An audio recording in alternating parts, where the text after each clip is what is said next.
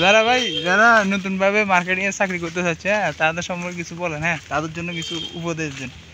আসসালামু আলাইকুম। আবুল খাই গ্রুপ, আমাদের এখন 2টা গ্রুপ হয়েছে। আমি দীর্ঘদিন আবুল খাই আছি, কিন্তু এখন কোম্পানি 2টা গ্রুপ করছে, একটা হলো স্টার গ্রুপ আর একটা স্কাই গ্রুপ। তো যারা ইনশাল্লাহ এখন নতুন করে আসতেছে আবুল খাইয়ের মার্কেটিং, তারা ইনশাল্লাহ ভালো করতে পারবে, এটা কোম্পানির বড় বড় ম্যানেজমেন্টের সিদ্ধান্ত। আর যারা পুরাতন আছে তাদেরকে কোম্পানি বাদ দেওয়ার সিদ্ধান্ত নিয়েছে। এটা তো ভুয়া কথা, যারা পুরাতন আছে কই বাদ দেওয়ার সিদ্ধান্ত নিয়েছে, তাদেরকে আবার প্রোডাক্ট দিছে, প্রোডাক্টগুলো টেরাটা খুব কম চলে। আর গ্রেডিং যে সিস্টেম রাখছে কোম্পানি, এই প্রোডাক্ট নিয়ে গেছে, গ্রেডিং কমাচ্ছে না। এটা হলো আমাদের মূল থিওরি।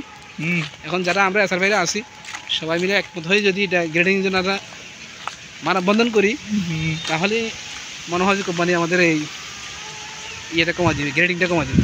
গ্রেডিং না কারণে আমাদের স্যালারি পাচ্ছি না। আমরা আধা কেজি দুধ কিনতে গেলে 500 টাকা লাগে, কিন্তু আমরা খাইতে হয়।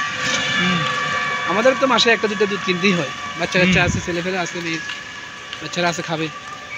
এখন কী করা, এখন কোম্পানি আমাদেরকে রাখছে এভাবে হয়রানি করার জন্য।